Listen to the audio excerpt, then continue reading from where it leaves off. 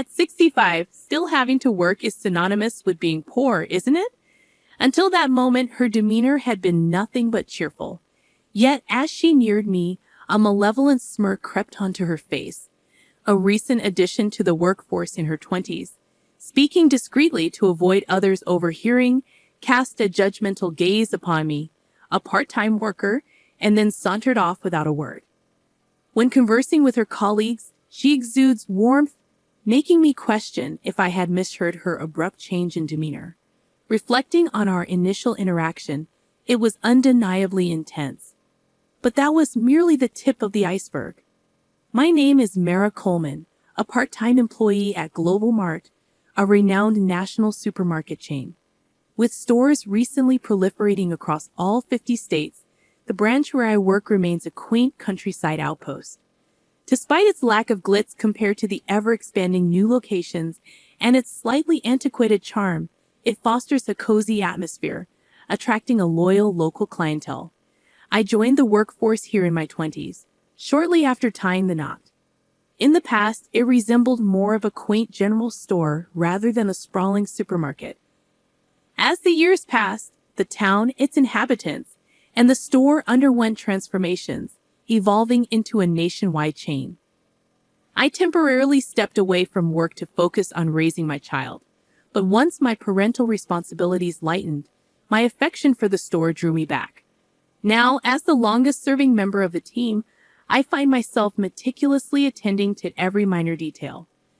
"Oh my, this floor could use a good cleaning," I muttered to myself as I bent down with a rag in hand, ready to scrub away. Suddenly, a voice pierced the silence. "What on earth are you doing crouched there? You're blocking the way." Surprised, I spun around to find a young woman with her hair fashioned into two bunny-like knots, clad in a Global Mart uniform, though unfamiliar to me.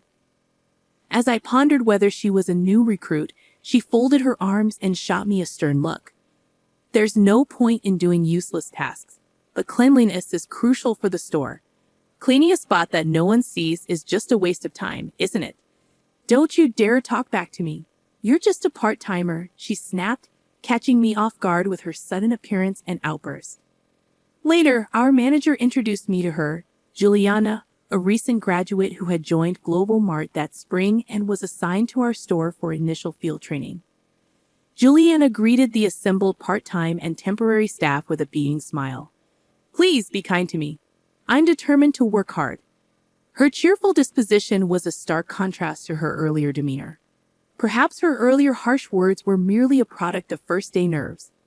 Lost in thought, I watched as Juliana finished her introductions and made her way over to me. "You're Mara, right?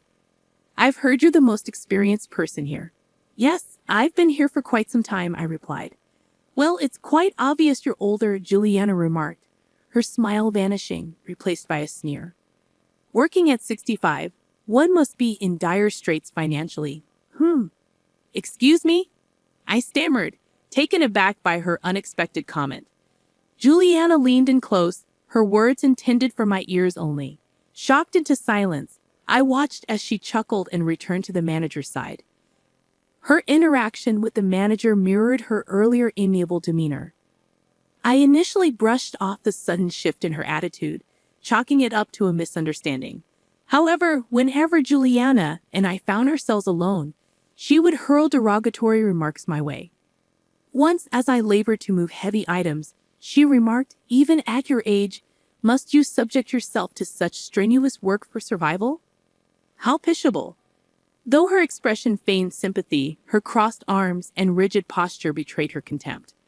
On another occasion, upon witnessing me take home some leftover deli food, she sneered, "How destitute! Are you not ashamed?" Her tone dripped with mockery. And yet again, she quipped, "You're not exactly proficient at your job for someone your age. Perhaps you excel more in flattery than in actual salesmanship." Such were her mannerisms, consistently scornful whenever we were alone. However, the wisdom accrued over the years had taught me not to be ruffled by the words of someone young enough to be my daughter. I chose to overlook her behavior and let it slide. However, Juliana appeared to take issue with my approach, and her conduct took a turn for the worse. On a bright, sunny day, I found myself aiding a regular customer who grappled with vision impairment, often requiring assistance in selecting her items. "I'm sorry for the inconvenience," she apologized. "No inconvenience at all. Thank you for choosing us. Take care on your way home," I reassured her, seeing her off with a warm smile. Upon returning inside, I was met with Juliana, her hands planted firmly on her hips. Though her voice was hushed to avoid drawing attention from other customers and staff, her eyes bore a scornful glare. "What were you doing?" she questioned. "I was assisting a customer," I replied. "All that time spent on just one customer? Absurd. Assisting customers in need is a fundamental aspect of our job." "That's such a provincial mindset," Juliana scoffed. "What do you mean?" I inquired. "If you're spending so much time with one customer, you should be focused on making more sales. Can't you grasp that concept? With all due respect, we can't generate sales without prioritizing customer satisfaction," I countered. "Don't argue with me. You're just a part-timer. If you continue to act against the store's interests, you'll be terminated," Juliana retorted before retreating to the back office. I let out a deep sigh as she departed. Frankly, I found it challenging to keep pace with her relentless demands, despite my genuine passion for the job. Juliana's on-site training as a fresh recruit spanned a mere 2 weeks, with one already behind her. Knowing I just had to endure one more week made the situation somewhat bearable. Mentally preparing myself to persevere, I returned to my duties. As the week drew to a close, Juliana's training concluded, and she bid farewell to the store. Before business hours, she greeted the assembled staff with her customary radiant smile. The manager commended her efforts, giving the impression that she had only displayed her positive side to them. Curious, I inquired about Juliana from other colleagues. They described her as somewhat green but affable and cheerful. Perhaps they were more forgiving because she was still in training. It was a shrewd move on her part, I thought to myself. As I stood there, a whirlwind of emotions surged within me, surprise mingled with a begrudging admiration. Juliana sauntered over, her smirk laced with amusement. "I've had a little chat with the manager about you," she declared. "What did you tell him?" I inquired cautiously. "Oh, just a few things about your incompetence," she replied with a dismissive wave. "The manager values my youth and competence over your outdated skills. It's only a matter of time before you're let go. You should consider it a blessing to be rid of this burden." With a gleeful laugh, Juliana departed, leaving me with a mixture of relief and unease. Would her demeanor always be so venomous? Although her training had ended, she would soon be assigned elsewhere, perhaps never to return to this store. The prospect of enduring her presence again filled me with dread. With a heavy heart and a lingering sense of apprehension, I let out a deep sigh. A month had elapsed since Juliana's departure when I found myself standing outside the company's towering headquarters in the city. My nerves fluttered. Visits to headquarters were rare for me. Gazing up at the imposing structure, I took a moment to steady my racing heart. "I can't linger here forever," I muttered to myself, feeling the tug of urgency. With a quick adjustment of my jacket, I hastened inside the building. After completing my task, I realized it was already well past lunchtime. Having missed my meal, I made my way to the employee cafeteria nestled within the premises. Despite the hour, the cafeteria still bustled with activity as I scanned for an empty seat. Just as I settled down to enjoy my pasta, a familiar high-pitched, metallic voice cut through the air. Without needing to turn around, I recognized whose voice it belonged to. "Why is an old lady, you, here at headquarters, Juliana?" "It's been a while," came Juliana's voice, swiftly followed by her boss's presence. She must have caught herself, aware that such a remark wouldn't fare well in front of her superior.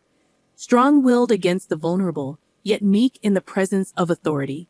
Perhaps that was Juliana's nature. Suppressing a smile, I replied, "I had a meeting scheduled here today." "A meeting for someone like you?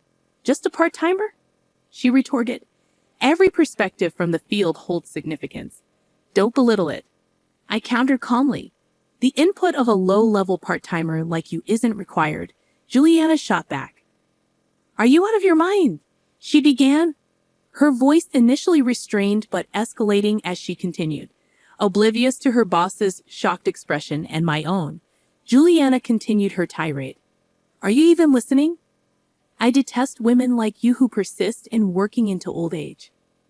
I find fulfillment in my work, and I'm grateful for the opportunity, even at my age, I asserted. Juliana's response was swift and disdainful. It's repulsive. Spare me the sight of your pathetic existence. Listen here. There's this person from my training, utterly useless, yet refuses to leave. She's dragging down the store. She should be terminated, Juliana continued, her disdain evident. Intervening before Juliana could say more, her boss stepped in. At that moment, the cafeteria's entrance hummed with activity as an elderly gentleman approached us. Juliana's boss straightened up, but Juliana's expression soured as she glared at him. What's all the fuss about? Who are you? And what do you want? The elderly gentleman inquired. It appears I've arrived at an opportune moment, Marcia, he remarked. Indeed, left unchecked, this situation could tarnish the company's reputation. That's a serious concern, Marcia replied. Don't ignore me and start talking, the elderly man pressed on. Wait, do you even realize who this is? I interjected. You should have heard him speak at the orientation, Juliana. Another voice chimed in. Juliana's expression shifted to one of confusion as she glanced at the man beside her. Suddenly, a wave of realization washed over her, and her complexion paled.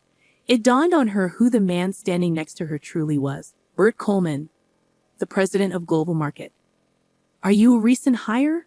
What's your name? Bert inquired. Her name is Juliana Bert, the other person replied. Why are you addressing the president by his first name? I questioned. She's my wife. It's only natural for her to call me by my name, Bert clarified. Huh? Juliana's eyes darted between me and Bert, her confusion palpable. Meanwhile, Juliana's boss buried his face in his hands. I rose from my seat and positioned myself beside Bert. Allow me to reintroduce myself. Mara Coleman, 65, wife of the president of Global Mart. I introduced myself. You're kidding, right? If you're married to the president, why are you slumming it as a part-timer in some dingy supermarket? Juliana retorted. As I said, I genuinely enjoy working. Global Mart began as a humble venture that Bert and I launched together. As it flourished, he assumed the role of president. However, I've always cherished a direct connection with customers, hence my decision to continue working part-time. Interestingly, aside from the manager, nobody at my workplace is aware of my relationship with the president. That dingy store you mentioned happens to be the very first Global Mart branch, the cherished establishment Bert and I initiated. So, the meeting wasn't a ruse. Mara attends these gatherings monthly as a representative from the field. It's been a while since she's been physically present. They've mostly been conducted online lately, Juliana's boss clarified. That's correct. Hence, I was feeling a bit apprehensive today, I added. That's preposterous, Juliana interjected. What's preposterous? I inquired. If I had known you were the president's wife, I wouldn't have acted the way I did. You deceived me, Juliana accused. Her face flushed with anger, seemingly on the verge of confrontation. However, her boss stepped in front of me, serving as a buffer. It was Bert who addressed Juliana next. I've heard about you from Mara, but forming judgments solely based on hearsay is hardly fair. I wanted to assess the situation firsthand. Now let's not escalate matters. What? I overheard your conversation with Mara earlier. It seems you're not a good fit for our company, Juliana countered, her tone defiant. Please hold on. There's been a misunderstanding, I interjected. Indeed, it's all just a misunderstanding. Allow me to clarify. We can call the manager from the training store. He can attest to my dedication and performance, I proposed. I've already spoken with the manager, Juliana's boss revealed. He was well aware of your actions behind the scenes. I requested him to stay quiet about it, given your status as a trainee. From the outset, I have reported Juliana's misconduct to the manager, aiming to shield other staff members from its effects.